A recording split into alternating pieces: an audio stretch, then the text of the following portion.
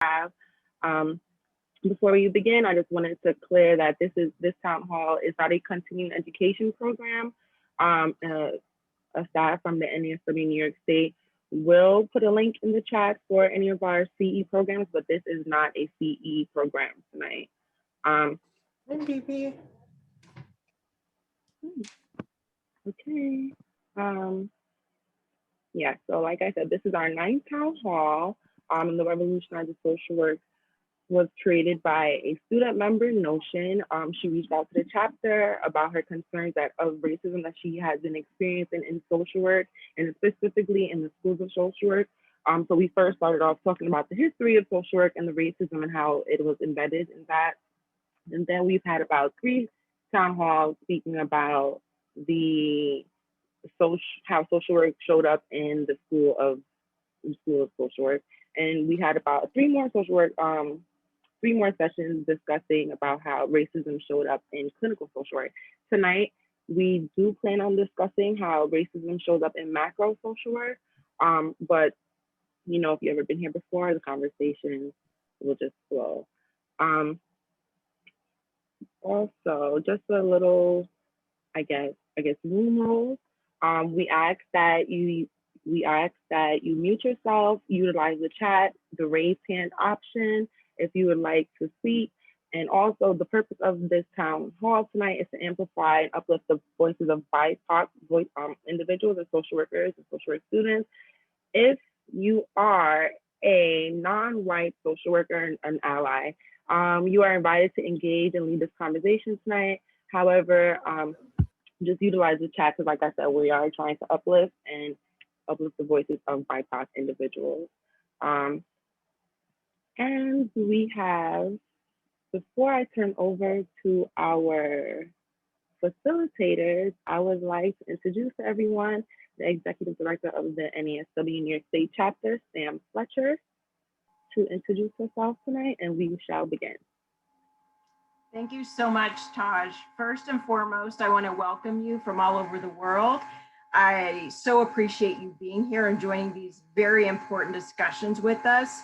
I also want to first acknowledge the horrific murders in Georgia last week of members of our Asian community. I think it's very important that we acknowledge the racism against all communities, and there have been steps in our history to divide different communities and turn us against each other. And one of the purposes of the revolution is to combine our communities, all of our Black, Indigenous, Asian, Latin, Arab, any community of color together so that we can be there for each other and support each other. So at the request of the Revolution leadership team, they have asked that I identify myself when we have these meetings. I am actually Native American. I identify as Indigenous, I always have. I'm a member of the Cherokee Nation and the Bird Clan. And I actually invited my son, Seth, to do the opening with me. Seth, can you introduce yourself? Hi, my name is Seth. I am also Native. I am Cheyenne Arapaho. I am 20 years old, and I'm also a part of the tribe. Is it The Cheyenne Arapaho. Cheyenne Arapaho. Do you want to tell them your native name? My native name is Firewolf. Seth and I have taught a few classes together on Native culture, and it's very much Native culture for us to do this together. We like to tell you a little bit about the Native culture at the beginning of the revolution. Tonight, we were going to talk a little bit about gender identity. In many Native cultures, gender is considered fluid. It doesn't really exist between male and female or spectrum, it's just fluid. So a lot of times we don't put our gender pronouns because in our own languages, there are no pronouns. It's considered fluid. So because gender is considered fluid, and both Seth and I identify that way, we both believe gender is fluid. Sexual orientation is also fluid. So a lot of people in our culture, you're just attracted to other people, no matter how they identify. We also recognize that that there are people who die on the issue of gender. So we very much respect other people's gender pronouns and use other people's preferred pronouns, but it's just to explain our culture and Native culture and how it works. And then the last thing that we're going to talk about is land acknowledgements, because I know there's a lot of people who do land acknowledgements when they enter a space. So in our culture, the way we think about land is a little different. We don't believe you can own land, that we believe that you're guardians of land. So the original guardians of the land where we live are the Iroquois, the Mohican, and the Mohawk natives, and we pay respect to them for living on the land that they were guardians of for thousands of years. When we think about land, we think about the land as protecting us. It nurtures us, it feeds us, and it also heals us. And we believe it's our job to do the same for the land. Seth, do you want to talk about how you think about the land and your relationship with the land? When I think about the land and my relationship, I find the land to be peaceful and calming to me. I find like when I stand on the land, I just find it to be calming to me. Like I find comfort in the land. I just find it to be peaceful to me. I enjoy being outdoors a lot. I just find it to be like my comfort zone. You would say that. To me, I find that to be peaceful to me. So. And in fact, our favorite activity to do together is kayak. So Yeah. Any chance we get, we go kayaking together, preferably where there's mountains. So we have talked enough. Thank you for allowing Seth to be a part of this and for listening. And I'm going to hand it over to our amazing facilitators tonight, Devin, Randy, and Alex. Good evening, everyone. Thank you, Taj and Sam and Seth for that introduction. My name is Devin Beswick, and I will be one of your facilitators for this evening. Good evening, everyone. My name is Randy Ficklin. I'm also representative of Stony Brook University, the School of Social Welfare, first year MSW student, and also a KSAC, and I'll be one of your co-facilitators for tonight. And good evening, everyone. My name is Alexandra St. Laurent. I am the Executive Director of New York Social Action, and I am your other co-facilitator tonight.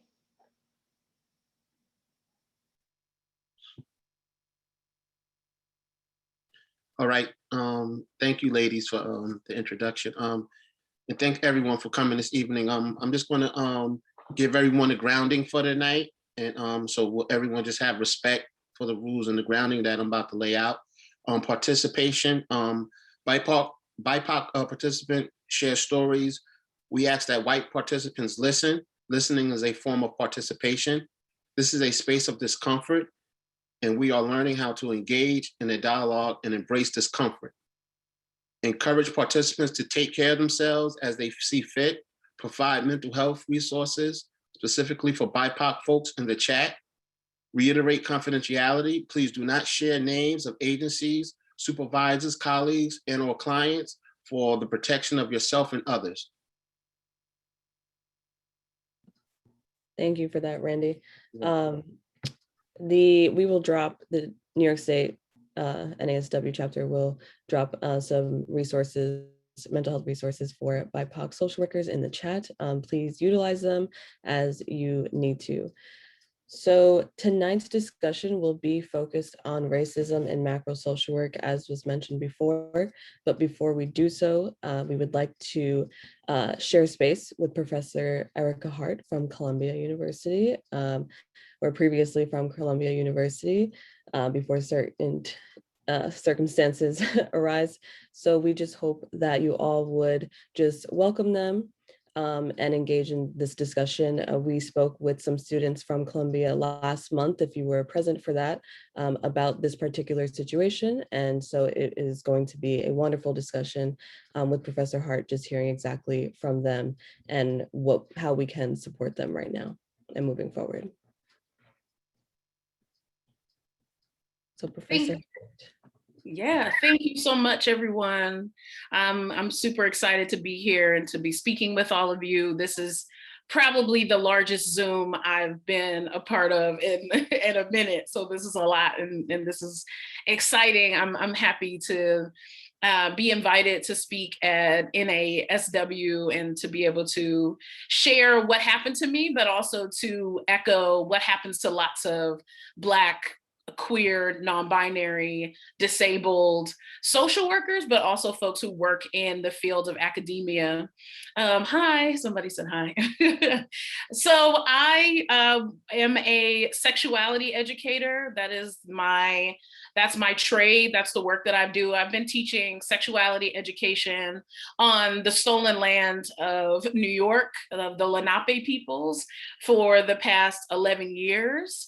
And the core of my work is talking about the intersections of race, social, and gender justice as it relates to sex and sexuality. So either way, under the premise that we cannot have a conversation about sex without talking about anti-Black racism, without talking about the ways in which white supremacy has greatly impacted how we view our body and how we view other people's bodies. I started teaching at Columbia School of Social Work 2016, roughly. And Columbia is a predominantly white institution, if you're unfamiliar, situated in the middle of Harlem. Columbia is actually the second largest landowner in New York, second to NYCHA. And that is telling because it speaks to how often academia acts as a agent of the state to further gentrify and colonize areas that are predominantly Black and predominantly also non-Black. So Harlem is a predominantly Black community that has been really gentrified by Columbia's presence. The constant building of buildings and new spaces for more white people to be in is something that Columbia has directly participated in, but is also a direct correlation to Columbia's history, right? Columbia is built on stolen land. Most of our academic institutions in the United States are built on stolen land, where there is the displacement and genocide of Indigenous people in order to build an institution. And then what also happens is that the labor that builds these institutions is built by Indigenous Africans who were enslaved. And you have these institutions that erect and essentially have white people, in particular white cisgender men, who get to kind of talk about and debate the positions that Black people are in, right? In particular, there's lots of conversations at the institution, at academic institutions around the 1800s, where white folks would discuss abolition and if it was worthy or not, right? While the school is benefiting from slavery, they are having conversations about if slavery should go away or not. Columbia is an institution that would not be around today if it wasn't for slavery, for chattel slavery. The doors would have absolutely closed if they did not have that labor. And this is not just the case for Columbia. This is pretty much every single institution across the US. So I just want to make that clear. So coming into the school, I'm aware of this history, right? And I'm also aware of the history and the history, HX, STORY, the queering of the word history, to actually make space for Indigenous, Black, queer, trans, disabled voices that are oftentimes erased from academia, and they are 100% not included in the faculty. I was one of 3 Black, queer, non-binary professors, adjunct professors at the school. And oftentimes when we talk about racial injustice, we don't talk about money. And it's important to actually acknowledge how much people get paid, because it actually informs wealth inequity. The president of Columbia University makes about $4 million a year. Yes, that's correct, $4 million a year. And as an adjunct professor at Columbia University, I was making $3,000 per class. So if you know anything about the cost of living in New York, or the cost of living pretty much anywhere in the United States, $6,000 over 15 weeks, because sometimes I would teach 2 classes, so $6,000. $6,000 over the course of 15 weeks, about 5 months is not a sufficient living wage. So most adjuncts are usually the people who are teaching the classes at academic institutions, because academic institutions want to continue to give money to their presidents and to their tenure professors and have adjunct professors doing most of the labor. We're not getting paid a livable wage. So most adjunct professors are working 2 and 3 other jobs. So when I was coming to Columbia, I taught a human sexuality course and also a gender course. So conversations around how social workers cannot or should not, right, perpetuate the gender binary in their work and the tools to do that. And also talking about sex, if folks wanted to include sex therapy in their practice, or if they just wanted to have the tools to be able to talk about sex as in any sort of social work practice, I think that deals with people, sex is bound to come up. So as I'm teaching there, as at a predominantly white institution and as a Black queer femme, I absolutely 100% had students who were anti-Black, who were transphobic, who were sexist, and who made that blatantly clear. I had a student in my class one semester who said they wanted their grade changed because I couldn't possibly know what I was talking about because I did not have my doctorate degree. Right. And that's why they wanted their grade changed. And the deans at the time said, that's actually not appropriate. And that's not a reason to get your grade changed. Right. That's not a reason why a grade should be appealed. And then that was thrown out. But I still had to deal with finding out that a student is relating to me like I am less than because I don't have a doctorate degree, right? This sort of hierarchy of who is worthy of teaching at an institution founded on my ancestors, right? Genocide is I'm still not worthy because I don't have some arbitrary degree created inside of white supremacy. So there's one semester where I'm teaching and I have a student who is transphobic and also anti-Black. And because this is a learning space, right? As educators, we hold a lot of room for students and their, learning curves. And oftentimes it looks like violence from them. It looks like being transphobic, right? But this felt particular pointed at me and my identities. This wasn't like, well, I'm not sure how this works. It felt like they were attacking me. So I let the deans of the school know that this was happening to me. They said that they would reach out to the student. They did not reach out to the student, or at least they weren't able to reach the student. I asked if the student should continue in my class, as I don't feel comfortable with the student in my class. I made sure that they knew that this, I've been teaching there for some time now, and this is likely the first time that this has happened for the most part, where I felt intimidated in my own class because of the identities that I hold. And they said, there's really nothing that we can do about it. The student is in the class and there's no recourse. There's nothing that can happen. So I said, okay, got it. And I, essentially kept pressing them that if we have transphobic or anti-Black students in our class, what's the process, right? How are we managing that? If I was a professor who was anti-Black and transphobic and classist and so on and so forth, ableist, what would be the process for me as a professor, right? What then would happen with me? And they had no response.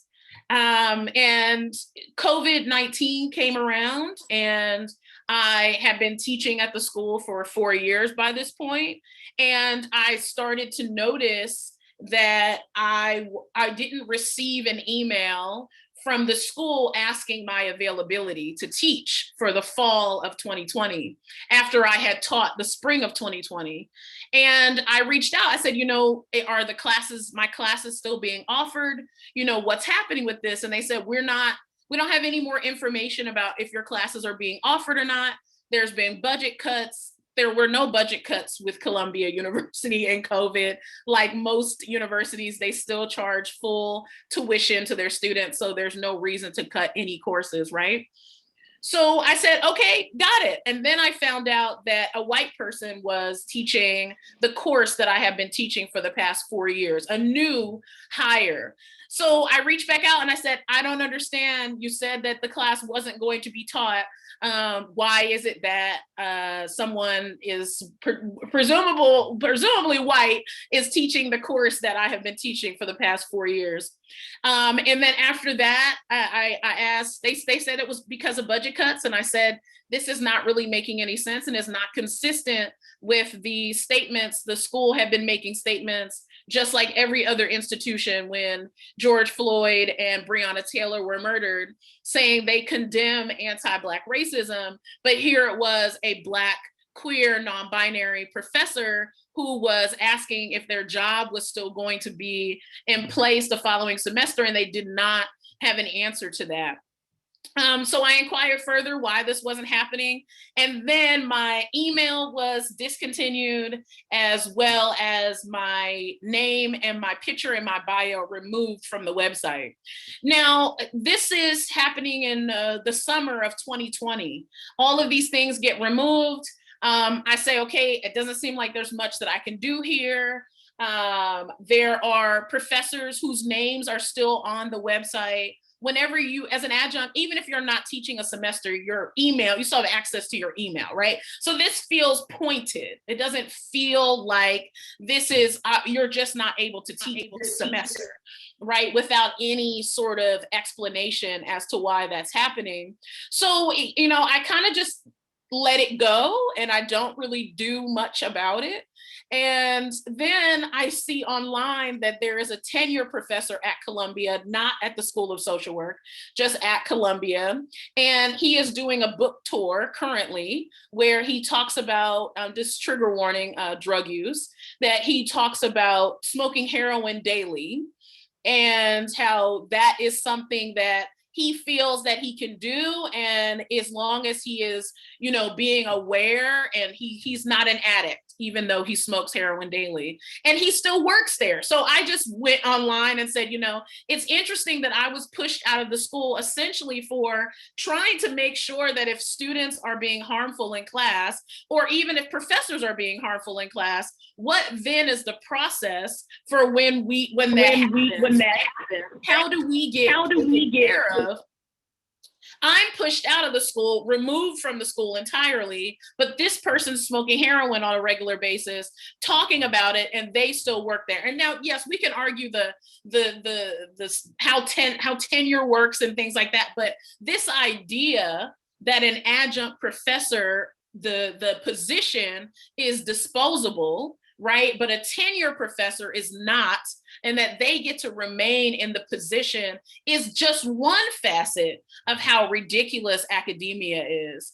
And you know, you have to go through academia to become a social worker. And now this is the breeding ground for anti-Blackness. Most of the professors at the School of Social Work at Columbia University are white. Right? It's about 50% are white professors. Most of them are also straight. Most of them are also cisgender. Most of them are able-bodied. So you clearly are targeting someone who sits at the intersection of multiple identities, who is providing a particular conversation that the school never had. Most students are oftentimes misgendered at the School of Social Work. Pronouns are not used by professors. There is no mandate to use pronouns at the school. When I called the school out, the dean, Melissa Begg, wrote a statement and said that she respectfully disagreed with what I said, of course, right? Even though she condemns anti-Blackness, a Black person is saying that they experience anti-Blackness and a white person is disagreeing with it. No surprise there. And she said she respectfully disagreed with it and then followed it with having a meeting with all of her staff about me without me. So she met with everyone to discuss what I was talking about online. And she just wanted to see how people were feeling. And this was a meeting where faculty got to express their pain and the things that they experienced and anti-Blackness they experienced at the school. And in that meeting, she, lo and behold, decides to apologize to me and what I experienced. So she emailed me an attachment with a statement that had a non-apology and said, now that I'm sending this to you, I will release it. And that's exactly what she did. So we have had no conversation. She never accounted for anything that I was speaking to, right? If you're actually apologizing for something, you have to have a conversation with someone. You have to actually tell them that you apologize. And then there also has to be changed behavior. There has to then be, you know, an actual shift in what you do. They've actually done the complete opposite. If you're curious about lawyers, I have sought out lawyers, but if you understand anything about law, it 100% supports institutions, not individuals, right? We see countless people murdered by the state over and over and over again. Just recently in Atlanta, with the white person who went into the spa and murdered Asian and Latinx folks. And he was said that he was a good person, right? That is the law standing behind white people. And Columbia University is a white institution. So Columbia University, the deans, Black, non-Black POC, and white have found ways to gaslight and treat the students that you heard from last week, Tosha and Miriam, have been gaslit to believe that standing in solidarity with me is wrong and also anti-Black some way. The school has done a good job at gossiping about me. The school has said that I hate men, and lots of students have made that complaint about me. But that's interesting because the school wanted me to do a workshop for all of its adjunct faculty on gender. So if I hated men, that's interesting that they wanted me to do that, but that they're saying that now to people. It's fascinating. So this is, you know, I say all of that to say, right? And I thank y'all for listening to me recount that. And if you have questions about anything, I have a Medium article that's way more detailed in what I just shared. But what I want to leave you all with is that the field of social work does this thing oftentimes where a Black person will be sharing their experience, right? Or even sitting in a classroom and you're reading about a Black person's experience. And there's a lot, the experience is of trauma porn, right? And the experience is that you are listening to me share something happened to me, and then the response is, you were an amazing speaker. Thank you so much. I was really touched by what you said. But my point in speaking here is I'm interested in folks actually agitating Columbia University School of Social Work. As people who are acting, who are actual social workers right now, it is a benefit to you in the field of social work that there are no longer the standards of literally the foundation of anti-Blackness to exist any further, right? I when I work with social workers, I always ask them, don't you have to have a conversation around social work, the field eventually going away? Right? There has to be a conversation about the field going away, your job no longer existing, right? If social problems no longer exist, then that means there's no need for social workers. So if you're in it because you want to keep hearing about social problems so you can do something about it, therefore keeping your job, then then this conversation is just going to live as porn for you, right? But if you're in this conversation, like, how can I let this institution know, and also my institution that I come from, or even in the work that I do, not to mimic these very oftentimes blatant and subtle anti-Black ways of being, then okay, we're on the same page. But I don't want to speak to, 418 plus people, and then it just be, an experience of porn where they got to hear what it's like to be a Black person, a Black, queer, non-binary person in a predominantly white institution. That is absolutely not why I would re-traumatize myself to speak about this, is that I'm interested in folks who really want to turn up and no longer have another person harmed. Because the reason also why I'm here is because I have a particular privilege, and that I have a large social following, right? I have a large social capital online. There are so many people who have been harmed by Columbia School of Social Work who didn't get invited here. Right? There's so many people who have been harmed at whatever school of social work, right? Who have been harmed as social workers, who have been kept out of the field of social work, right? They're not able to speak here. So my interest is that we actually dismantle anti-Blackness, and that by doing so, we don't just listen to Black people and our experiences, but that we actually do something about it, right? I have demands on my Medium article. If somebody wants to put that in the chat, you can. It would be great if folks could agitate, email the deans at the School of Social Work and demand that they actually honor the demands that I've put in place. That makes a massive difference. But yeah, I just wanted to leave you with all of that, is to not treat Black experience, the pain and the trauma that we experience on a regular basis, as something to just be a spectator of, but actually as something that to take actions around. So I thank y'all for listening to me and supporting me, and thank you for whoever put it in the chat. And that's it. I like that you ended by saying that's it. Like you didn't just drop a bunch of a whole lot of gems and just things to really think about right now. And I really appreciate you sharing that all with us, and also reiterating the fact that we are not here to just create trauma porn. That's not what we're doing. This is 110% solution focused. We are here to be in community with one another, specifically BIPOC folks. We are here to be in community with one another, to support one another, and then also figure out what we're going to do, how we're going to move forward, how we're going to challenge these institutions, because this is unacceptable. We are not tolerating it. And like you said, it wasn't just you. There are BIPOC, non-binary, queer, transgender, disabled folks that are experiencing this every single day all over the country, and that may not have the social following that you have, where thousands of people are reading their story. So right now, at least for me, and I hope for all of us, we are thinking about those people as well, and trying to figure out where we go from here, lifting each other up, and just being in community with one another. So if you are open to it, we can open this dialogue up to the rest of the Zoom, but there's 420 people, so let's see what we can do. So if anyone has comments, things they want to share, similar experiences as well that they would like to discuss, please feel free to raise your hand and we will begin to call on folks.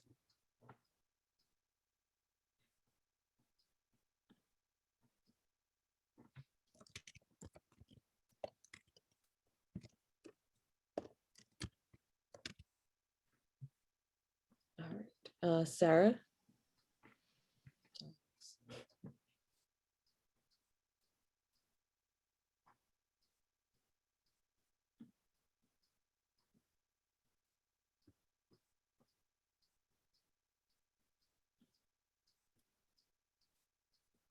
All right.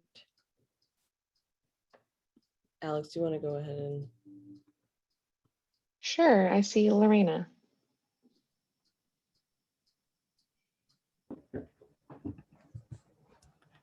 Hi, I will come on camera even though I'm in my workout clothes and haven't really eaten today, but okay.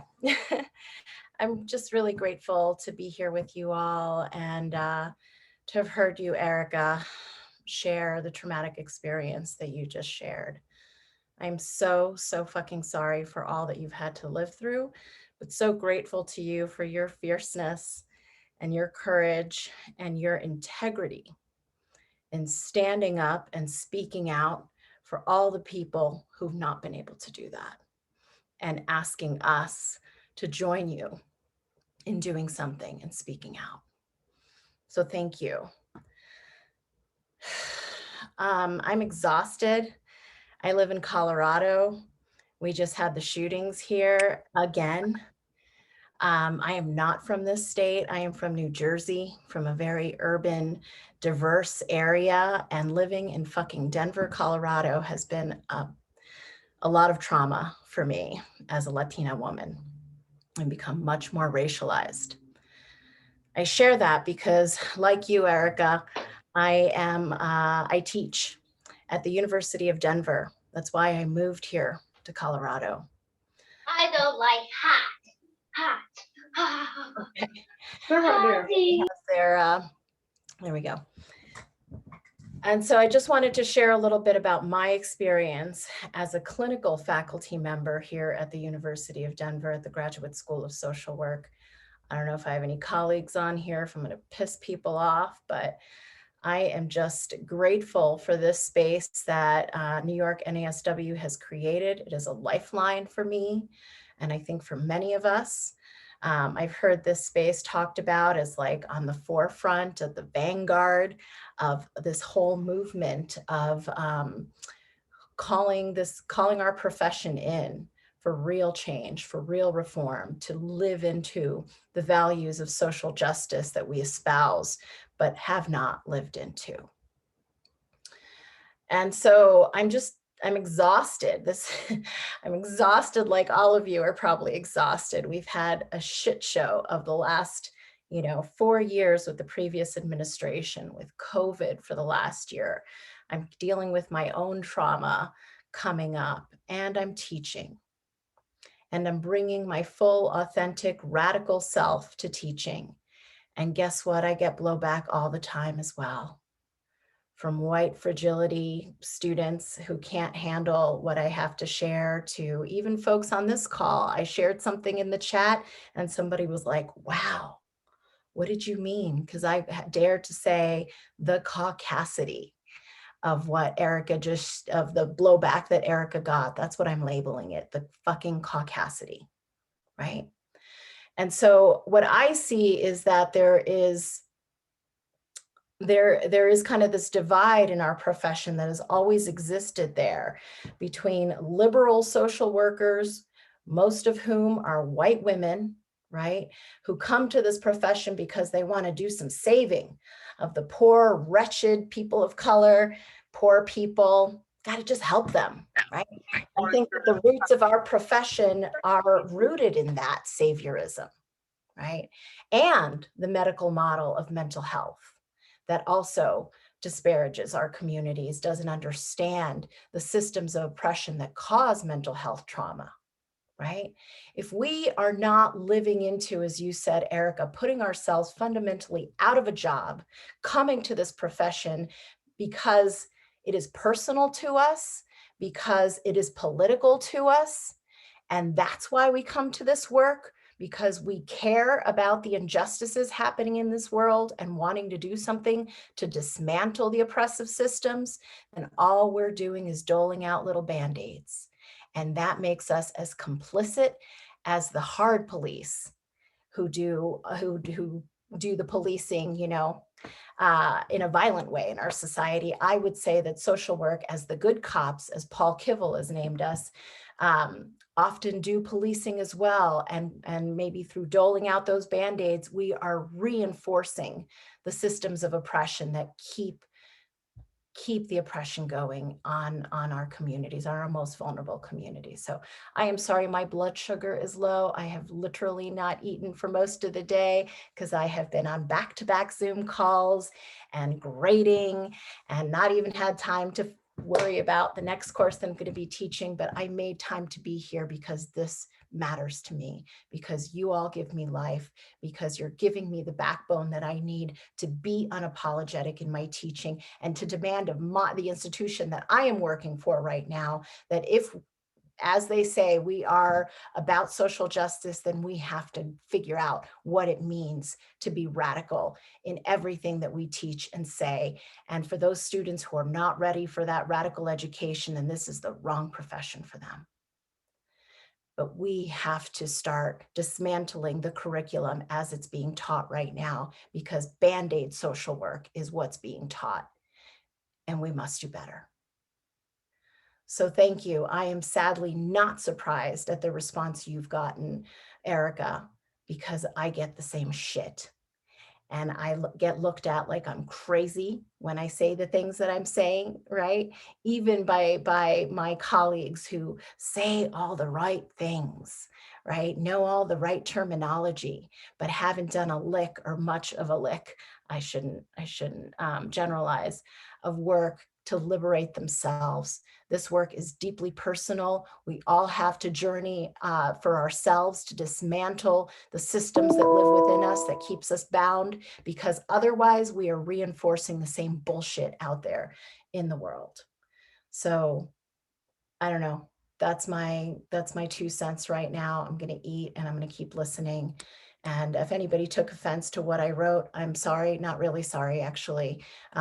Feel free to message me for more clarification. I don't know how much more clear I need to be, but we need to dismantle whiteness, homophobia, all the fucking things from social work, because otherwise, again, we are just doling out Band-Aids and actually reinforcing the systems of oppression.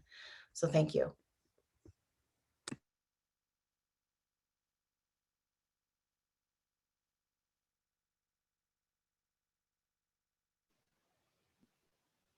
Lorena, thank you for being here with us today. I always look forward to your comments whenever you are here, because you bring all of the facts.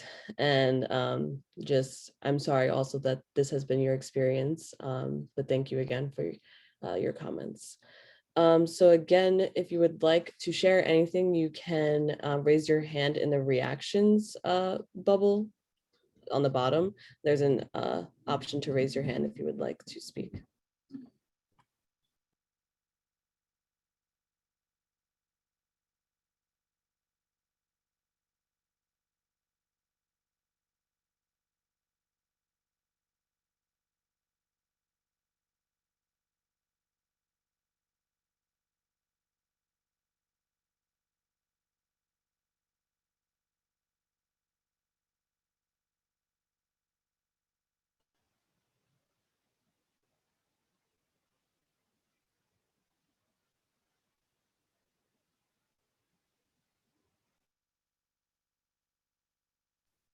Everyone is quiet today.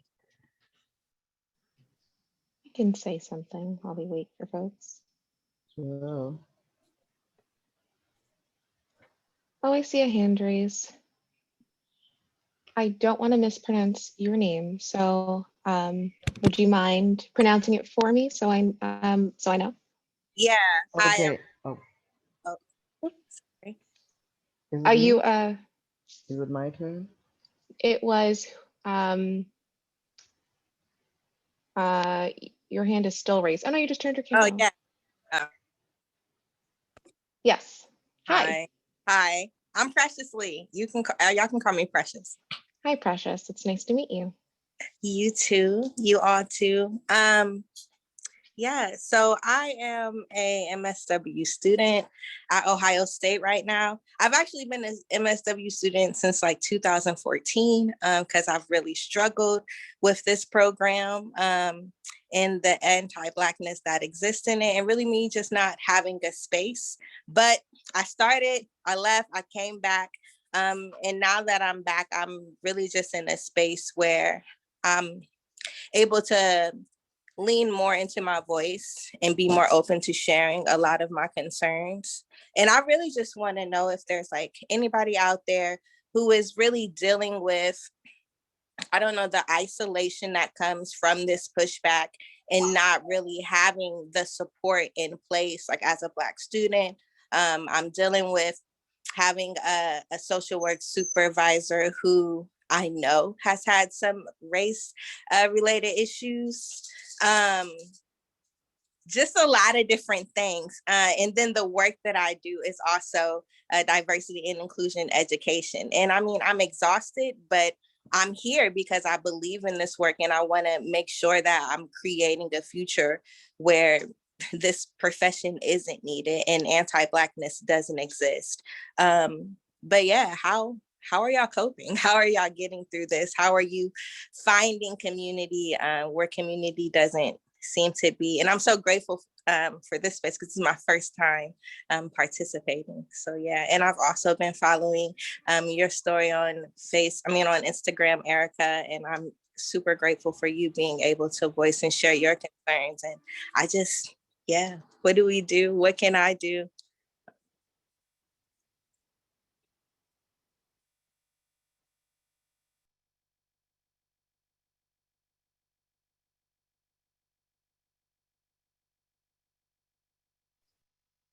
Thank you for joining us today. This is that space that you maybe have been looking for. We are all kind of trying to figure it out together, and it has started out as a small group of us and has moved into hundreds of people on Zoom and thousands of people listening to the recordings or watching live on Facebook. And so you are not alone at all in your experiences and in looking for a space to gain support. So I hope that you will find that here tonight and that you continue to come and join our groups and find support as well. If there is anyone else, I know there's someone that wants to speak on that right now. So we have Maura Palang who wants to speak. Okay, yes. Good evening, everybody. Unfortunately, I wouldn't open my video because it's already 12, like after 12, 10 minutes to 1 a.m. in the morning. I'm all the way from South Africa. So I'm up and everybody's sleeping in the house. But I just also would like to share an experience of mine. I recently graduated from University X in 2019. But I remember at the previous university I was attending, we had a 80% attendance policy, which means if you didn't attend class for at least 80% of the time scheduled, then you automatically do not qualify to write the exam. And then which means you have to come back the following year to repeat that course. So a bunch of my friends and we were in that predicament. And then we had received letters from the head of the department stating all of that, and that if our behavior did not change, then we would have to repeat the course. However, in 2019, in our final year, there was a white student who was top of the class who did not attend at least 70% of her classes. And then the only punishment that she was given at that point was to answer phone calls in the office and to help with administrative stuff around the office. But for me, it was very amusing to see that they can make exceptions for other students, particularly white, but then coming to Black learners, coming to colored, coming to Asians, they were so easy to crucify us. But I think the thing that really stood out for me the most with my classmates was that I would always be the one speaking up in my class, and then they would back me up. But come a time for us to actually move forward as one, signing petitions or doing the protest or all of that, then nobody would be there to back me up. So to some extent, I felt like, okay, I have soldiers behind me, but when it's time for them to pitch up, they actually don't pitch up. So I really felt like sometimes, like my classmates really failed us in that regard. And then to some extent, I really got discouraged to actually, stand up for something that's wrong, or for the homophobia, for the transphobia, for the anti-Blackness in the Department of Social Work. So when I had finished at that university, I honestly couldn't wait. And when I did, I couldn't wait to pack my bags and leave from the institution because the racism I had experienced in my 4 years of being there was just mind-boggling. And I also just want to say to everybody in this room who are change agents that you guys are doing absolutely well, and I'm proud of y'all. I think the face of social work is extremely different in South Africa in comparison to other states. But I'm here to learn and I'm listening to what everybody's saying. So I think you guys are literally obviously experiencing it at a higher scale than us. But I am really grateful to just be here and listen and understand and getting some knowledge on all of your history and stuff like that. So yeah, thank you for giving me the platform, and I'm happy that I could also share my experience.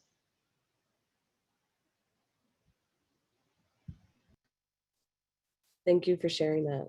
I think that's such a real thing that often BIPOC students feel within these institutions, is that we can't wait to leave, which is such a shame, because we are funneling money into these institutions. We are often being subjected to an immense amount of emotional labor.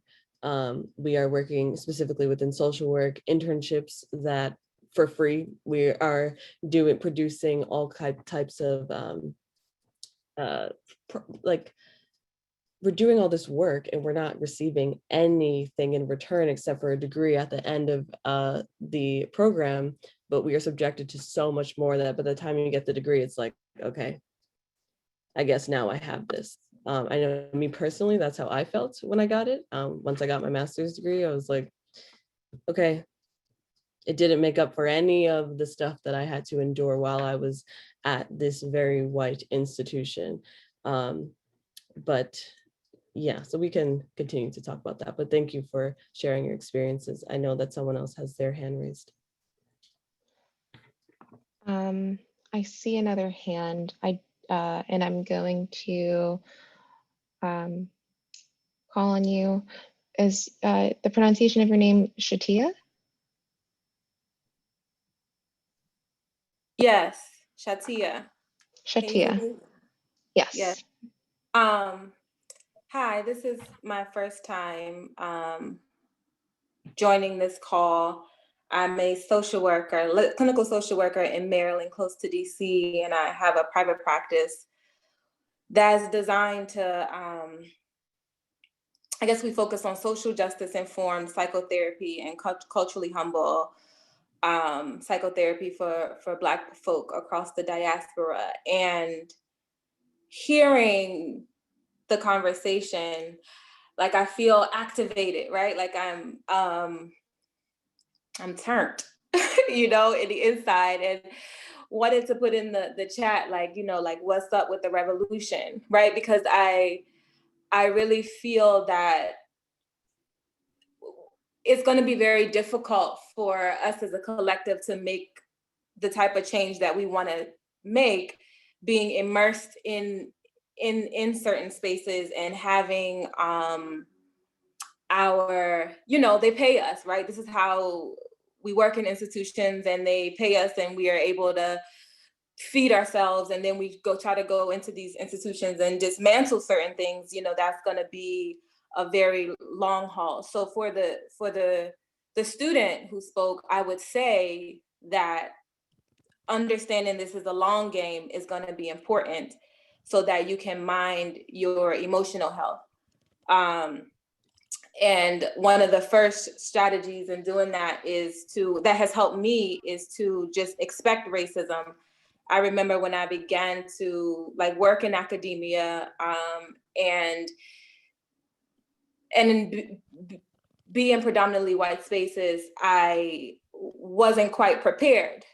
And learning to expect it helped me to keep my emotions for people who actually cared about them. So when I was doing advocacy work, it was transactional. I understood what I was doing, and I kind of went in with strategy. So strategy is very important, because that situates you in a way where you are not throwing your heart on the line, but you do have safe spaces to put your heart. And oftentimes your heart may not necessarily be with the content that you're learning, or what's missing from the content. And so I'd say, I feel like I'm kind of jumbled in what I'm saying, but ultimately it is to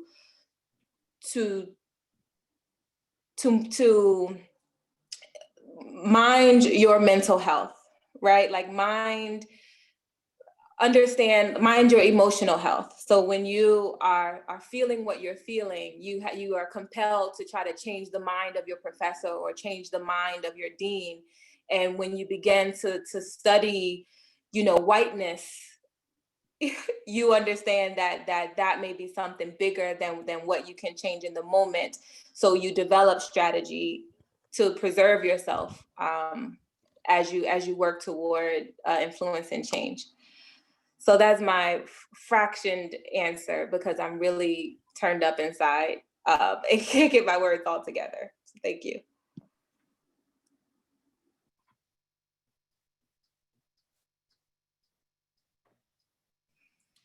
Thank you for that. And to answer your question about like what now, like what are we doing next? And there was a lot of talk in the chat about what's up with the revolution, and that, you know, this is not a trauma porn event. And this is absolutely not what it is. So we take all of the data that we collect from these town halls, every experience we are using, we are sifting through it and determining what exactly needs to change and how we're going to do it. So our next step is creating work groups and action groups. And so those have already been created. We are focusing first specifically with schools of social work. If you are part of that, if you've received emails, maybe if you attended our kind of information session about that, you might have an idea about what's going on. And there is a link in the chat about, you know, just to learn more about the action groups. But the work does not stop here. It absolutely does not stop here. This is only just the beginning and just a way for us to gather and to share our experiences and figure out specifically where we are going to go next. And we will continue to do that, not just to, you know, listen to people's experiences, but so that people can feel supported, empowered, and that they know that we are not just, you know, hosting these as just a one-off thing and then leaving everyone behind, because that's absolutely not what we're going to do. The revolution, just says, like all revolutions, they take time. And time is a really difficult thing to come to terms with and to be okay with when we have been experiencing this for many of us 400 plus years. So we are getting started. We would like to have more people join our action groups. We do need a couple more facilitators to join us. And so if you are interested, please look at the links in the chat, and hopefully, I believe there should be a way to sign up for the action groups within those links. Additionally, we will be putting together peer support groups as well on top of the town halls. And so timeline right now, can't really give that to you. We're still figuring that out, but that will just be another way to gather, to support one another, and to just keep this revolution going. A lot of people have talked about taking care of ourselves, and that's a big part of the revolution, is being able to sustain the revolution is self-care. Like, we need to take care of ourselves. This is not a small feat. Just kind of like Erica was saying, even like lawyers don't want to go up against Columbia. People don't want to challenge these institutions because they know what they are getting themselves into, and we understand that as well. And so we encourage you all to take care of yourselves, but also to join us if you can. And with that being said, we will move into kind of more what we want to focus on tonight, shifting a little bit away from education and our experiences there. We're going to talk more about racism in macro social work and how we have experienced that, what we have seen, or what needs to be done. And so just a question to start us off. So how have you seen racism be perpetuated in child welfare, educational, healthcare, or juvenile justice settings? I'm not limiting anyone to that. Please do expand, but we can just start off there. Please do raise your hand as well. But I see, Devin, I think Alex has her hand raised. Alex, you want to say something? I was just gonna speak to the last point, but if collectively we want to move to the focus of tonight's group, we can absolutely do that. You can go ahead and add to the last point real quick, and then we can move on. All right. Well, I wanted to just comment on a couple things that was shared from the last speaker. My heart absolutely broke hearing that you've just conditioned yourself to expect racism and kind of prepare for the worst. Not that that isn't a reality that I've succumbed myself to as a means to survive. I just graduated with my master's in social work last spring, and I specialized in community policy and political social action, which is basically advocacy with a little strategy to it. And going through school, there were the macro kids, and then there were the kids. There were the macro students, and then there were the clinical students. And something that I noticed very much is that clinical students wanted nothing to do with macro and vice versa. And then I graduated, and I graduated in the midst of the pandemic and with people erupting angry, rightfully so, in the streets because of the deaths of 2 more members of the Black community. And I felt called to support and do what I can. And fortunately enough, my schooling had prepared me to provide support that would both keep me safe from COVID and also lend a very important hand. And I began to do that work.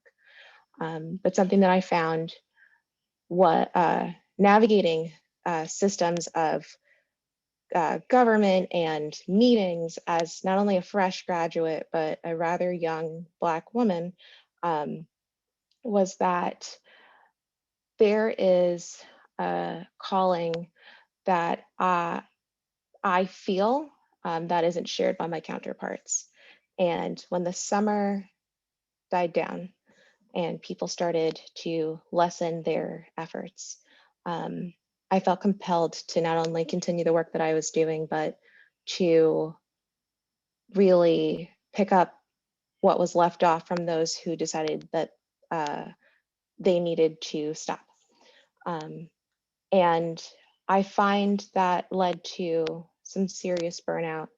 And when I went to go seek support for that burnout, the type of support that's available doesn't cater to the levels of intersectionality that is that comprises my identity. And it just opened my eyes to a whole host of issues, really. One, that racism comes into play not only in the things just listed, child welfare, juvenile justice, but even the way that we take care of ourselves. The resources necessary to properly look at what I am experiencing and relate to words on a page, they don't exist. I find myself having to to relinquish parts of myself to identify with a lot of popular books. My social work education was founded upon Dare to Lead by Brene Brown, a wonderful, wonderful book, powerful words, but I'd be lying if I said that I found myself in what she wrote. A little bit, I guess, but not all of me. I don't think that she would understand my particular struggle. And I also saw the issue of folks not understanding why I was called to this cause. So amidst all of this, I started my own advocacy organization that was primarily run by social workers. And I ensured that it wasn't just macro social workers that were part of this, it was clinical social workers as well. And the way that we first got started, I had 3 clinical social workers social work students start off with me and asking to learn the techniques of advocacy, to which they did, but they didn't understand it. And it wasn't until I realized that I needed to connect the divide between clinical and macro practices that the urge that I felt to continue, or as close as someone could get without being in my shoes, was shared. And that became the practice that I led and continue to lead with the students that I have under my organization now.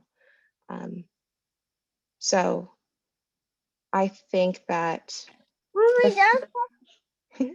I think that the first step that we need to do as a profession is to bridge that divide amongst ourselves before we can come together and dismantle whole systems. We need to recognize that advocacy is important in all practices. Macro policies affect day-to-day lives and vice versa. And the second that we not only understand this, but we believe this, is the second that we're all motivated to protect our clients, their communities, and ourselves. And that is it. I'm going to call on Terry. I see that your hand is raised. Thanks, Alex. The question I think that was raised by Devin in terms of seeing the effects of systemic racism and child welfare and in the juvenile justice system. I am a social worker in defense-based forensic social work, and I work at a public defender's office. And there are such a small number of forensic social workers across the country, and yet I see that there's also this disconnect in raising this level of awareness about having social workers who work in the forensic social work realm to make sure that our clients, which are all of our clients, whether they're, they've encountered a social worker in school, they've encountered a social worker in outpatient treatment, at some point when they get to us and they're in the legal system, they've already encountered a social worker. And so I see it as part of our responsibility that these are the people who are vulnerable, these are the people who are indigent, and collectively as social workers, we all have a responsibility to not pathologize them, to make sure that we understand the impact of systemic racism on this group of people. And I will say this, our public defenders, those attorneys that we work alongside, support the same values that we do in seeing the oppression, the systemic oppression on the same group of clients that we serve, that we all serve. And yet the system overtaxes them as well. And, my agency, particularly, we are diversity challenged. I have a hard time hiring social workers that reflect the client population that we serve. And I think that we need to also continue to partner with the schools of social work to talk about how important forensic social work is, to talk about understanding clients, not in the context of their behaviors, but in the context of the why, the person and environment. And I just, my attorneys also represent clients who are parental defense clients whose children have been removed. We see the backlash of systemic racism prompted on our clients, on these parents, by social workers. They're us, they're us. And yet they have this culture of propagating systemic racism on our clients. And how do we reach child welfare? And I feel like my agency was just able to hire social workers to work alongside our attorneys in the parental defense division. And our goal really is to promote advocacy and understanding on behalf of those parents. There are not enough agencies, public defender agencies across the country that have social workers to even support that group of clients, because it's not seen as important to support the parents, because we all know the child welfare system, and our social work colleagues who work in that system aren't necessarily there to promote the needs of those parents. And so I just want us to be able to think about how do we bridge the gap in encouraging social work students to think about forensic social work, even how that can impact mass incarceration. 90% of my clients have been African-American men, and I've been at this agency for 10 years. You know, educating judges and educating prosecutors about our clients' stories, about our clients' traumas, and the importance of that. And, you know, just again, just continuing to educate our students in schools of social work. I teach 2 classes and I talk about systemic racism, and I talk about forensic social work and the importance of telling the client's stories and being the voices for those vulnerable people. And that's, I think, when we talk about the revolution, we have to start there and be responsible to educate our social work students, and raise the alarm, and not to assume that they know. That's all I had to say. Thanks.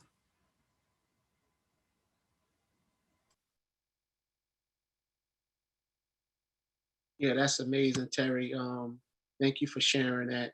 Um, I wholeheartedly agree with you when it comes to educating, colleagues, classmates, and people on all levels, depending what system we're working in, because a lot of people don't know the actual dynamics or the Black family dynamic system and how majority of Black people was born, you know, um, into the social determinants of health. And us as social workers, we have to, educate individuals and make them aware on how the system and the process actually works against Blacks. And just to add on to what um, Alex was speaking on with the other individual, I think her name was Shanti, had stated, um, in order to do this work, you need, your truth, your love, and your commitment to do this work. And you have to ask yourself the question, how have you remained silent when it comes to racism? And, we all have a voice, but we all must come together for more common cause of unification and righteousness to be heard and dismantle racism within, the educational system, within the criminal justice system, within the health system, and all these other systems that continue to operate off these ideologies of, white supremacy and capitalism and all the other isms that keep this system going. So in order to do this work, we all have to come together and communicate to dismantle this whole system.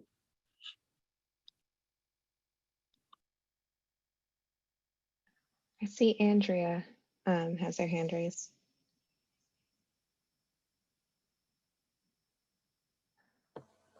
Hi, good evening, everybody. Thank you for this really rich discussion. What it comes to me is that the clinical and the macro have to merge and they have to work together, because so long as we keep seeing the solutions as being individual, we will never move forward. Yes, we want to help our individual clients and our individual families as best we can, and we want to help them be able to both manage their situations or their issues or whatever. However, we cannot continue doing that without trying to affect the thing that gave them those situations and those traumas. Otherwise, it just keeps perpetuating, and that's the whole plan of the system, to keep the diagnosis, the fault, and the solution individual. You never change the whole reality. And that we have to really not forget about the political. We have to not forget about the systemic, and we have to do something in that arena as well, or we'll just be for the rest of our lives helping individual clients with individual symptoms and individual reality. I mean, there's a reason why, or Sister, I think her name is Collins Green, there's a reason why 95% of her clients are Black and Latino. There's a reason why that is. And it's not about the client themselves. So we have to also work with the political, we have to work with the macro, and we have to start to move the system and agitate to get to where we need to be. And we have to join. There's, that whole saying makes sense. There is strength in unity. There is strength in unity. And if all the BIPOC social workers, psychologists, educators got together, assessed what needed to be done, and moved themselves to help it happen, they couldn't stop us.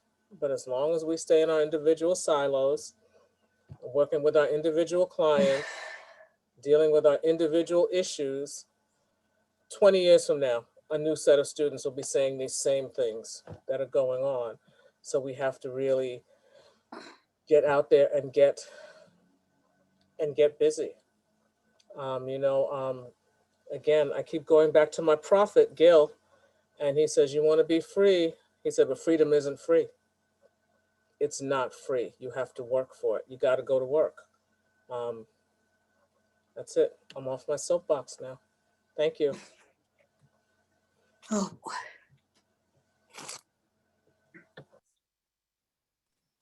Thank you so much. I saw the hand of Bernard. Did I pronounce your name correctly? Yep, it is. And Kriya, it is Dena. I'm actually in, let me make sure my video's on, I'm sorry. I have a little one that I was caring for. And so I'm actually here in Southwest Michigan. I'm part of the Michigan chapter of the NASW as the MSW student rep, but I'm primarily here first and foremost as a Haitian American. I'm from Fort Pierce, Florida. And for all those that do not know me, my favorite fruit is a cucumber. So I just want to share that to bring a smile. I just want to say I appreciate everything that has been said here, from the realities of I as a student that I'm currently doing a dual degree and I'm studying Masters of Social Work and Masters of Divinity. And I resonate a lot with the notion of exhaustive input and no sense of outcome or output, and depletion at the end of the road. So definitely don't have much to say about that, but just wanted to affirm and resonate with that. And as I gather my thoughts, I ask that you bear with me, because I wanted to answer the question of how I didn't get the scope of it because I joined late. How do we actually see these issues and the areas in which we work, whether healthcare or educational? I actually am an evaluator at the local hospital here, and I look at how structural racism affects the communities of color. And one thing I would say is I recognize that we tend to economize the planning and implementation of practices and policies that mirror the organizational inertia. Like, for example, I would see a lot of times that the institution would be very careful in verbiage that would actually, they were very scarcely saying the word racism at one point in time. And secondly, whenever the word was used, it was used in the sense of external individuals or organizations contributing to it. So it was never an inward look or self-reflective lens. And then also, I also recognize I actually attend a Christian institution, and it is a very difficult space for I, simply because I'm a pastor in a very, and I'll just be very blunt, white conservative denomination. And I was told that being Black and Christian is the everyday miracle.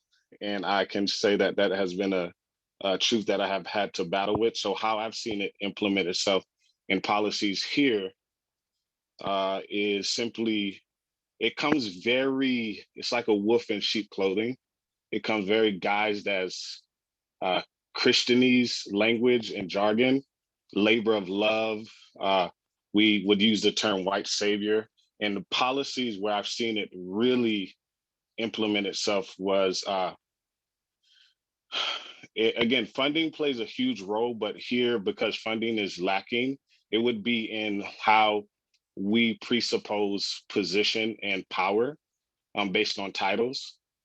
So I would be in a lot of spaces where many people would assume just because I'm Black, I haven't had previous work experience, although I'm a master's student, and typically people are coming as returning professionals and probably seeking other areas. So, and my final thought was, the most interesting thing is I had to prepare in those spaces, simply because I didn't want to overstate my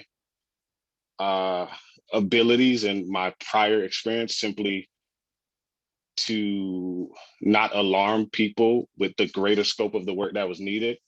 And then when it came down to policies, a lot of it was difficult to address because it was like understood policies. They weren't written down. So when the challenge came to actually bring about structure that would provide some historical or contextual analysis of things, it was difficult because the way you were viewed also determined how they viewed what you said. And I'm being very abstract, but I believe a lot of people probably have experienced it. So I definitely want to say I affirm the need for the revolution. I affirm the need for a both and approach, meaning that I believe that a first step doesn't necessarily mean that it has to happen in one way. And I also believe that we at times will need to be more curious than find reasons to clash.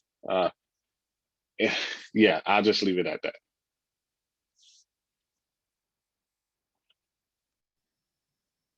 Thank you so much for sharing. Lorena, I see your hand up. And a heart. Did you say my name? Yes. Okay, sorry. Thank you. Yeah, I wanted to share, and thank you for allowing me to come on twice. I appreciate that because I didn't get to finish what I wanted to share in the last share. I've been struggling as a professor of color in helping to change the curriculum of classes that are not mine, that I am not the lead instructor on. But many, I would say most of our classes are designed by really well-meaning white social workers, right? And social workers who've maybe not done the work, regardless of the color of their skin, to do that dismantling that's needed to understand how the systems of oppression live within us. I'm on that journey. I think it's a lifelong journey for all of us, right? So it's not that I'm saying that I'm any better than my colleagues, but when you don't have the lived experience of oppression, how can we expect people without that lived experience to create courses that center justice, right? And that teach future social workers to center justice and to dismantle oppression? There's no way, unless you've been on that journey yourself, or it's your lived experience, or a combination, hopefully, of both. I think we're asking and expecting too much of this profession that is not prepared to deliver, right? The way that social work has been, even its origins, Jane Addams, Mary Richards, were white saviors, promoting the medical model of professionalizing our education, making it into a workforce so that we can moralize and teach those poor people who don't know how to take care of their own business, how to take care of their business. I think those are the roots of our profession, and we are still teaching in that way. To me, our profession, the very existence of it needs to be questioned. I am wondering, it is two things. One, I came here to bitch about how I'm having to do a lot of heavy lifting and I'm willing to do it. And I'm grateful that at my institution, I do have some support. There is integrity in our leadership that says, no, we are for social justice. They're not quite sure how to get there, I think, but they're willing to let some people like me give it a shot and make some tweaks. So I'm now going to work to change at least one of our foundation courses. It's called Integrated Practice for Social Justice. And let me tell you, there's not a lot of social justice in that course right now. It's a bunch of bullshit.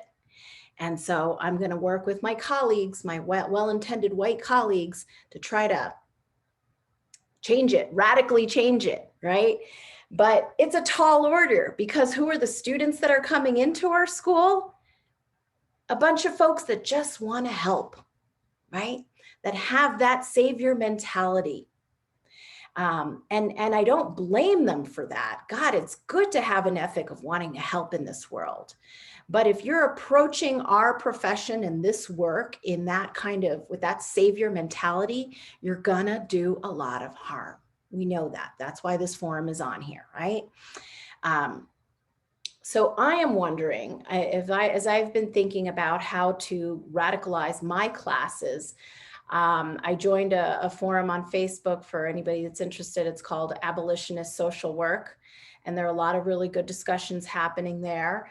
And so recently I posted on there, I woke up with this thought of like, maybe what we need to do is undo our profession from even being a master's level profession. Because inevitably, because it is a master's level profession, guess who most of the people are that are coming into it? Well-intended white saviors, right? Who really have no business going into communities of color and working with our people because they just don't know our lived experience, right? And they're going to cause more harm than good. So I am wondering, I am positing and would like to throw out there for your consideration, whether we should consider maybe making social work.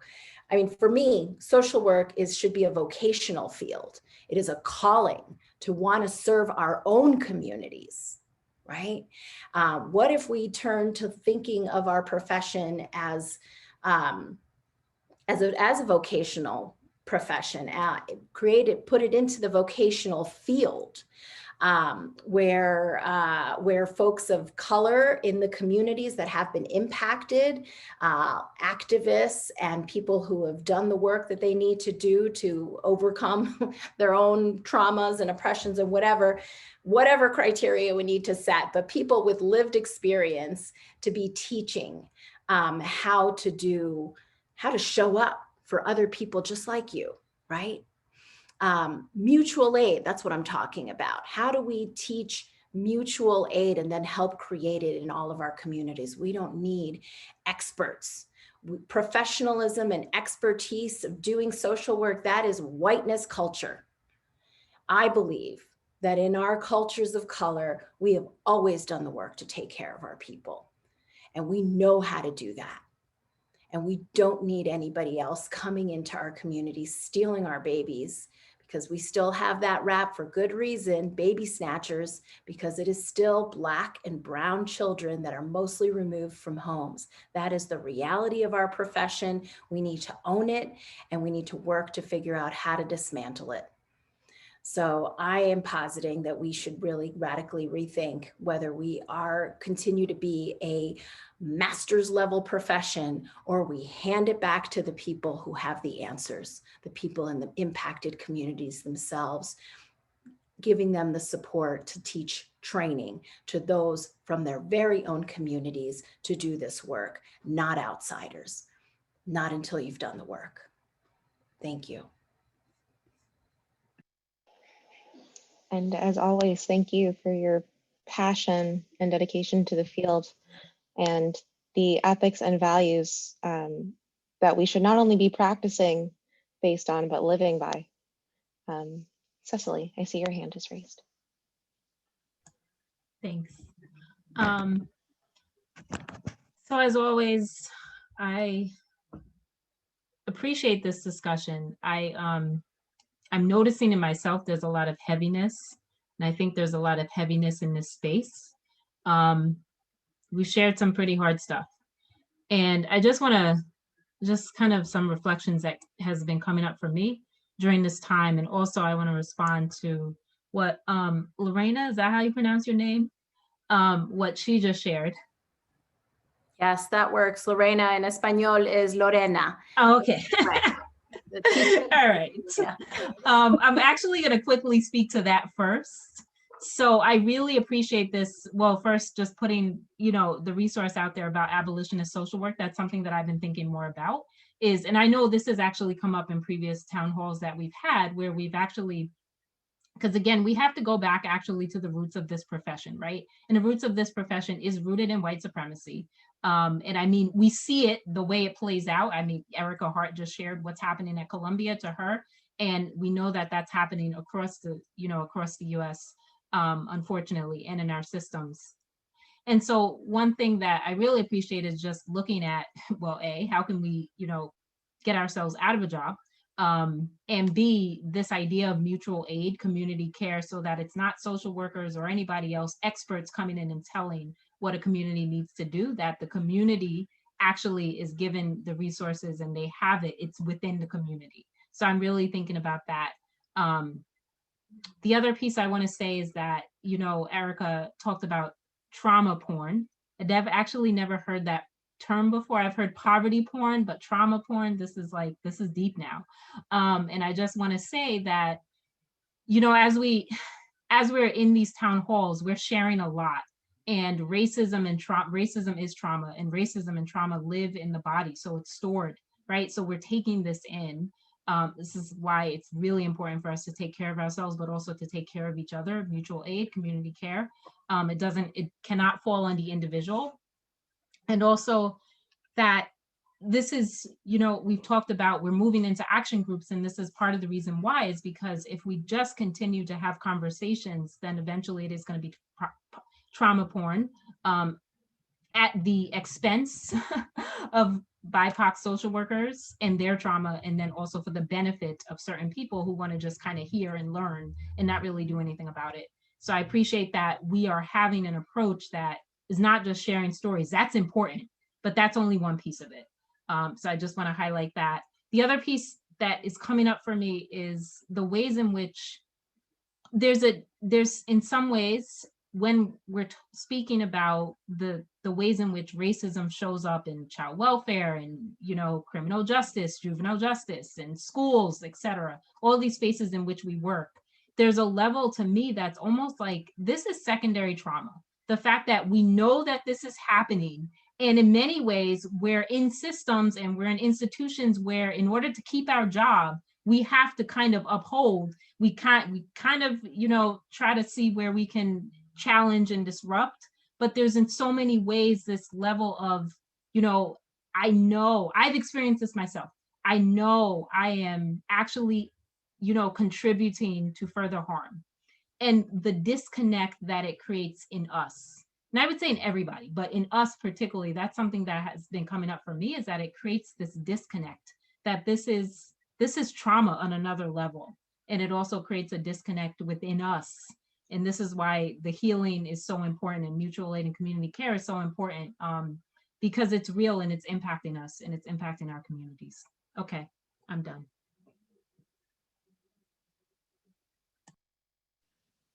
Cecily, I wasn't ready for you to finish that comment, because that's such an important thing, and something that I know we really wanted to talk about tonight was secondary trauma, because we as BIPOC folks experience that all the time. And sometimes we don't realize why we burn out so quickly. We don't realize why we're so irritable or agitated or just annoyed and frustrated. And all of these emotions are just like living in us all the time. It affects us mentally, physically, and in every single way. And sometimes it takes a second to realize it's because of your job, or it's because of the profession itself that you're in. It's because of the systems that you are kind of forced to uphold and perpetuate because you work within them. And it can be a hard pill to swallow. And because it's a realization that you're not only harming yourself, but you're also harming your clients at the same time, and your own community. And so I really wanted to talk about that tonight, and talk about how people have noticed that within themselves, how they have navigated that, and what have you. But Alex has her hand raised, so I'm gonna let you speak on that, Alex. So something, this in particular speaks to me very personally, the notion that we need to continuously, we're taught to either let go of a part of ourselves in order to succeed by society's standards, or just suffer to be seen or keep up. I have already shared that I am Black, and I am a woman. I am also chronically ill. I suffer from an autoimmune disease that causes a lot of flares, which often leave me relegated to sitting in a chair, unable to really do much of anything. And the amount of times that I have put aside my health and physical and mental just to be seen by my counterparts is not something that I can ignore any further. We are taught by capitalism, by a supremacist, the white supremacist nature of the institutions that we are forced to work in, that we are, it's the notion of productivity over personhood, and the intersections of our identity need to be within the margins in order to succeed. We don't take into consideration how our personal histories, while having had us take different paths to get to an end goal, are actually what makes us the better advocates, the better social workers, the better parents, teachers. We let those things go. In applying to institutions in which we get the training necessary to be in these jobs, if we've gone through hardships, we're asked to not only identify them, but like explain what's wrong with them, explain what happened, and say how it's never going to affect who we are moving forward. I absolutely, on a fundamental basis, reject the notion that anything about my identity or my illness is what is going to be anything but what makes me the absolute best advocate moving forward. If we could create a society that embraced intersectionalities and differences, the floodgates would open. We would actually see what diversity and inclusion looks like. And it's just at the forefront of so many things. It's one of the biggest obstacles we need to cross over in order for us to see a truly different tomorrow. But we can start by accepting it within ourselves and acknowledging when we need who we are, and accepting that for what it is, and learning how to work with the life circumstances and bodies that we've been allotted. And I think that, at least for myself, that's the first step for me moving toward the version of myself that I'm most proud of. So I think once we start making our self-care a priority, and once society sees that we're doing this, that's when it'll follow suit. But the first step is here. And I see Sean has their hand raised.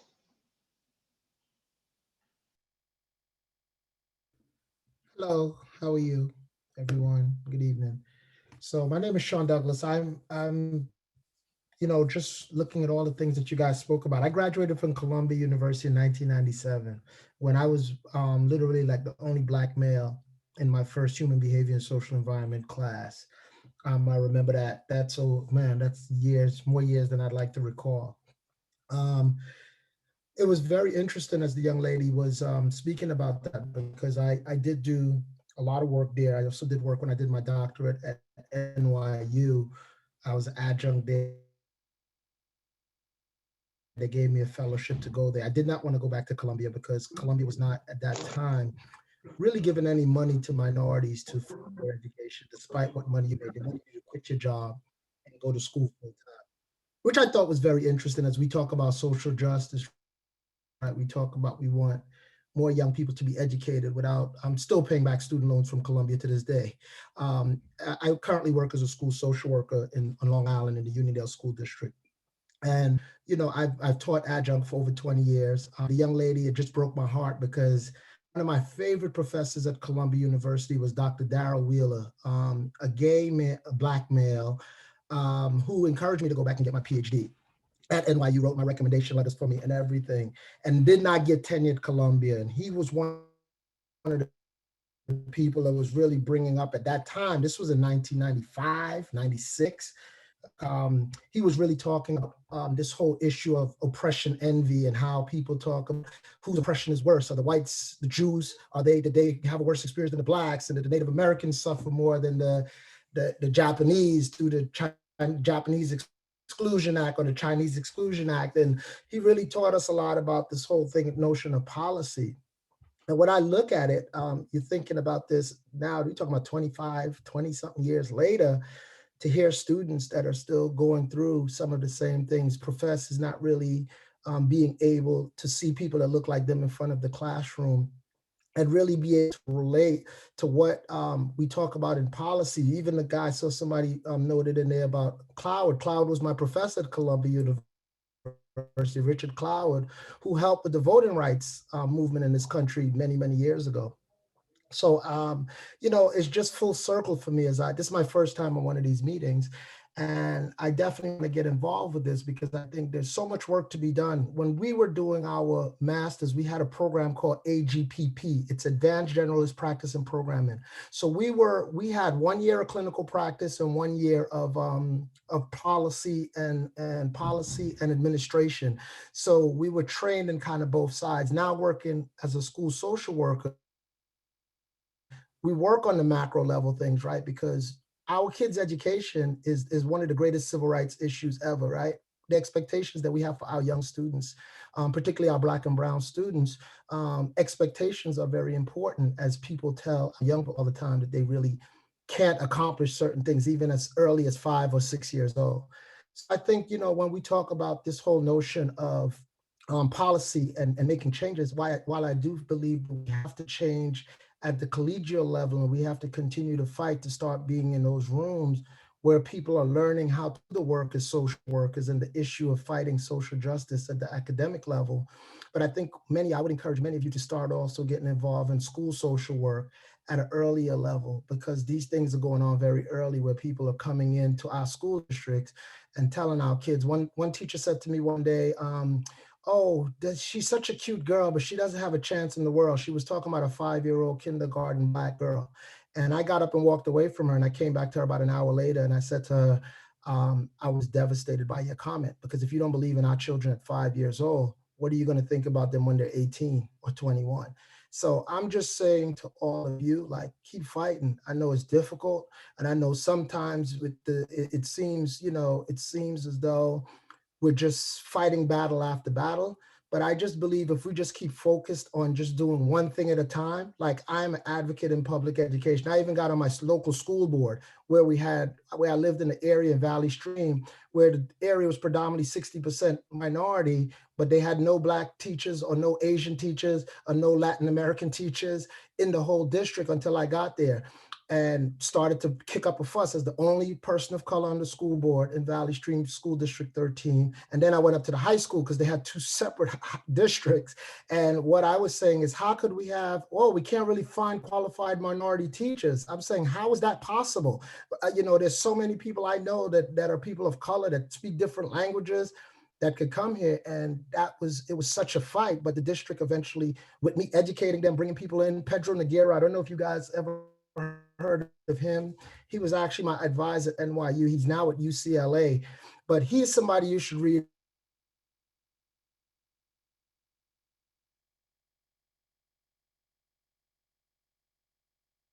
with Black children and education around that. And he was just an amazing, amazing person.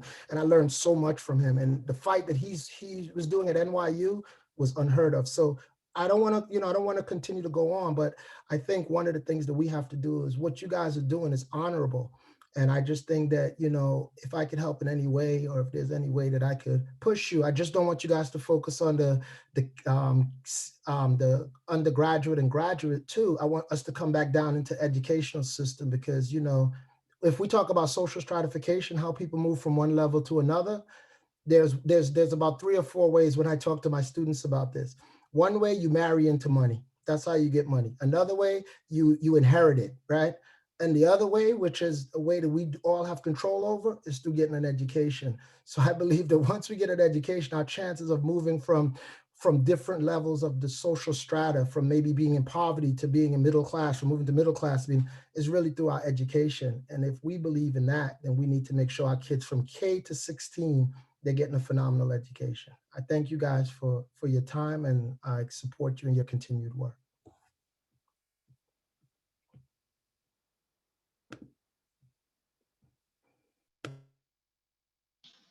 Thank you so much. I see Jay, your hand is raised. Good evening, everyone. My name is Jason Ingram. Very glad to be on the call this evening with you all. One of the things that has occurred to me throughout the evening is there's seemingly a lot of folks who have had issues with Columbia. I'm a graduate of Teachers College, Columbia, and so just across the street from the School of Social Work. But one of the things that, I'm also a graduate, though, of a historically Black college, Morehouse College. And I can tell you that, I've experienced Harvard, Columbia, UPenn by now, multiple degrees, and I've also gone to law school. And so I get it, right? I definitely get it. But one of the things that, I'd say here tonight is, I think there's some value for Black social workers to talk about the importance of historically Black colleges and universities. There's never been a greater time or a better opportunity for us to have that conversation. Our institutions have continued to produce quality graduates. We do still, as HBCU alumni, still represent the greatest amount of individuals who practice medicine, who practice law, right? And so it's something that historically Black colleges and universities do that predominantly white institutions have not been able to do for its Black graduates. And again, I'm a graduate of a few of them, so I understand this very well after having gone to Morehouse. And of all the schools that I've gone to, Morehouse is still the one that means the most to me. Because I think that there's something about an education that reinforces who you are, all right? Getting around people, education is not about competing, right? This is a chance to learn, right? This is a chance to share ideas. And what's special about Morehouse is not a name or its graduates sort of spreading its name. What makes Morehouse special is I, as a Black man, get a chance to be around 3,000 other Black men who come from different walks of life, they have different socioeconomic backgrounds, different sexual orientations, the whole bit, right? And I get a chance to, when I'm in class and I'm participating and engaging in dialogue, I'm not worried about whether or not somebody sitting to my right or sitting to my left is going to be concerned about, oh, this is a Black man speaking, or, I'm not worried about what the sister behind me may be thinking about the answer that I'm gonna give because I wanna talk to her after class and get her number. None of that is a concern, right? Because I'm in a class full of guys, right? And so for me, it was very important to go to an institution like that because I got a chance to see guys who look like me from all walks of life. And it's allowed me to compete at the highest levels of corporate America.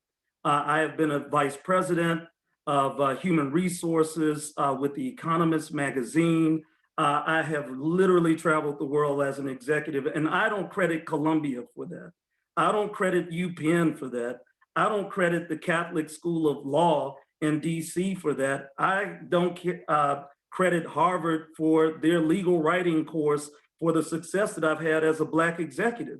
The success that I've had is really from that 4-year experience where I had people who were there to encourage me and wrap their arms around me and tell me that I could get this 4-year thing done, right? And so that reinforcement was incredibly helpful to me. So I'll just sort of put a pin in that just to say there's something about our historically Black institutions that are important for our development. All right, and so I hear it, I hear everybody sort of having these issues, but for me, I would be remiss to listen to this conversation and not recognize the fact that there is a place where we can go. There is a safe space. Howard has a school of social work, right? Norfolk State has a school of social work. There are places where we can go, right? So that I think that has to be a component. As we talk about work groups and those types of things, that has to be a component, right? In addition to that, one of the things that I'd like to share is rather than waiting on someone to hire me as an adjunct professor or do anything like that, I'm going to use this as an opportunity to promote this because I feel so strongly about it. I've gone out there and I've started my own college, right?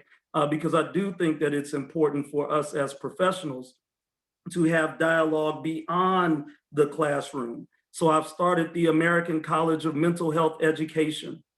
All right. And so that's an opportunity, and I invite you all to connect with me, right? But that's an opportunity to create a platform, be able to dialogue with each other, and then be able to talk about how do we engage in furthering the cause that minority social workers and quite frankly, psychologists, as well as counselors, furthering the causes that they care about most, so that to Denard's point, that we can really achieve some outcomes together. And so I've created that platform, and that whole thing about Morehouse, that's all behind it, right? And Teachers College and all of that stuff, that's all behind it because it's about the sociology of education for me. And so I am inviting people to connect with me on that platform, and I will put that in the chat. But I really do think that that's important for us to have those types of discussions. The other piece regarding macro social work, one of the things that interests me in going to law school was really understanding how systems work, right? And I think that we need more law classes integrated into our School of Social Work curricula across university settings. I teach a class on law and ethics, and I find that a lot of people, it gives us a chance to really kind of engage in some really substantive ways around, what does the Constitution say, right, about the work that impacts our clients, whether that's freedom of speech, whether that's, freedom of religion. What does, the 14th Amendment say about equal protection? We get into those issues, right? Because in order to change the system, I think that it's important for one to have an understanding of how the system works, right? And so that's what that particular class is about.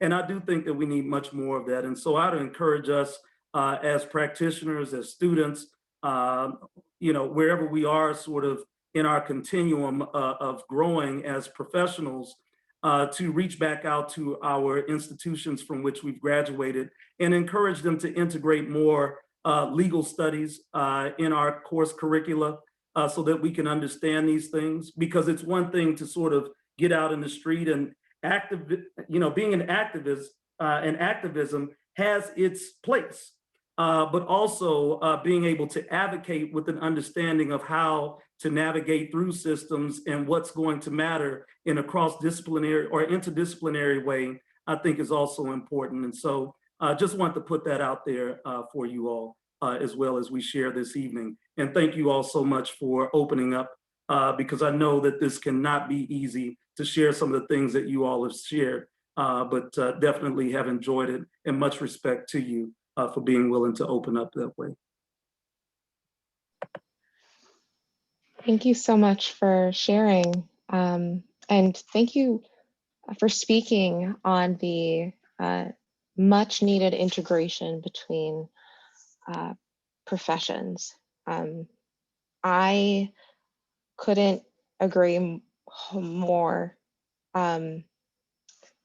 I firmly believe that social work exists on a continuum from micro practices to policy work before they become implemented, all the way up to the legal side of things once things are actually law.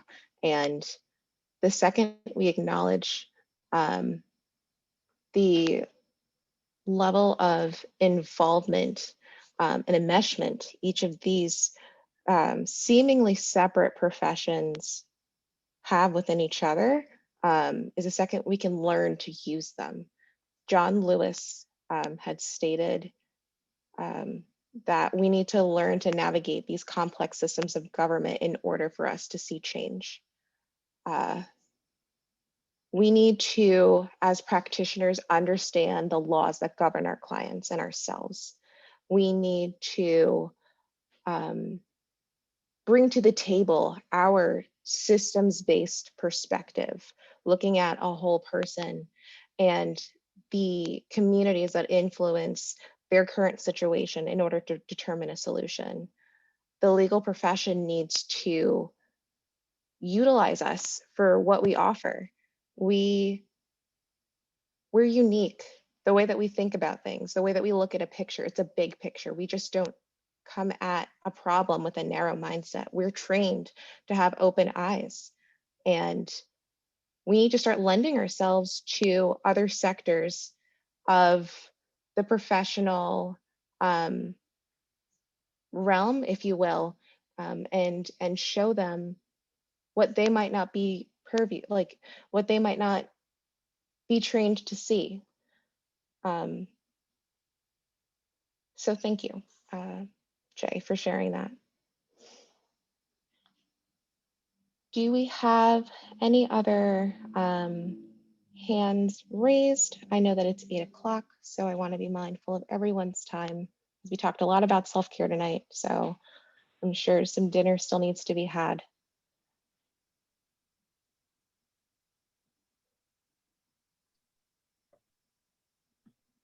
All right, I think we will close out on that note. Alex, you brought up such a great point, and just closing us out on there, I think would be perfect. I just want to thank everyone for being here with us tonight, for sharing with us, for uplifting everyone in the chat. The chat is always so empowering. Thank you guys for engaging one way or the other. I just also want to reiterate that we are still formulating action groups. And so if you would like to participate and to join, please reach out, or to click the links in the chat. We can continue to drop that as well before we close out. I'll hand it off to Alex, Randy, and Sam before we leave.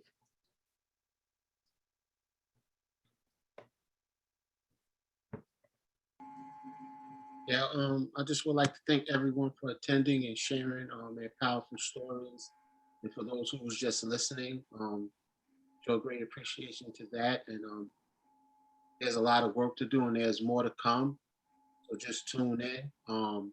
Look out for your emails. Look out for social media information that's delivered from my team, my BIPOC team. We have an amazing team.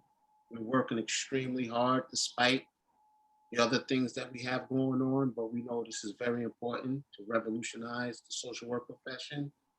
And hopefully one day we can see this change come, but we must fight and remember that what do we want? We want the product first or the process. And that's what we have to really, dig our heels into deep, that we have to go through the process before we get the product. If we're willing to go through the process, we will definitely get the product. And that product is becoming victorious in dismantling this white supremacist system that has been keeping us in shackles for the last 400 plus years. So with that, again, I would like to thank everyone for coming, and God bless you all. Thank you all for coming. We so look forward to seeing you every month. I actually go through every recording and analyze it to help pull out our themes and what we're going to focus on, like in our action groups. So it's like seeing family. Like I saw Monica Adams popped up on my screen. I was like, oh, it's Monica. Because I hear your voices, and I hear your stories, like reportedly, like repeatedly when I go through the data. I just want to reiterate that when this came into being in July with Notion Hawk, one of our leadership members, we knew this was a several-year project, and we knew it would take time, and we knew it would start with town halls and it would move into work groups. And like we've been saying, we have moved into work groups with our schools of social work. So we have several people who volunteered to sit on that. So we have some of those groups are starting to form, but we need some more, specifically some more Black, Indigenous, Latinx, Asian, Arab communities of color to, if you want to volunteer and be part of this, let us know, because everything in the revolution is led by BIPOC social workers. So we're looking specifically for groups like that, and there is a place for white allies as well. I thank you, Amelia, for putting that in the chat box. We will be moving into work groups to look at clinical social work. We're still analyzing that data, and then macro social work as well. And we plan to be putting together essentially documents that will outline how to create changes in all these spaces with plans, outline plans, action plans, as well as dates and like how long it takes to like reach different goals and things. So we are looking at this as a multi-year project. So keep coming back. We are going to continue the town halls even after we're through with the data driven, because we have found what we've heard from several people is that it's healing. And it also empowers people to speak out where they're at right now and to speak out as BIPOC social workers in their spaces, and also training white allies on how they need to speak out and like leading them to understand the gravity of the problem. So I can't thank everyone who participates in these. We do have other racial justice initiatives that it's in our links that we've been putting in all night. So that you can join us with the other race things that we're doing. But again, long-term plan. And Alex, do you want to close us out? Sure. Thank you all for coming to this space with humility in knowing that we could all do a little bit better in creating a profession that truly honors the practices and values that our work is based on, and a desire to seek better. I really appreciate every time I get to come and chat with you all and the amazing facilitators that are here. If there's anything that you take away from tonight, have it be that you need to take care of yourselves. We are a tool in the arsenal of change. We need to make sure that we're ready. And with that comes patience and a better tomorrow. So good night.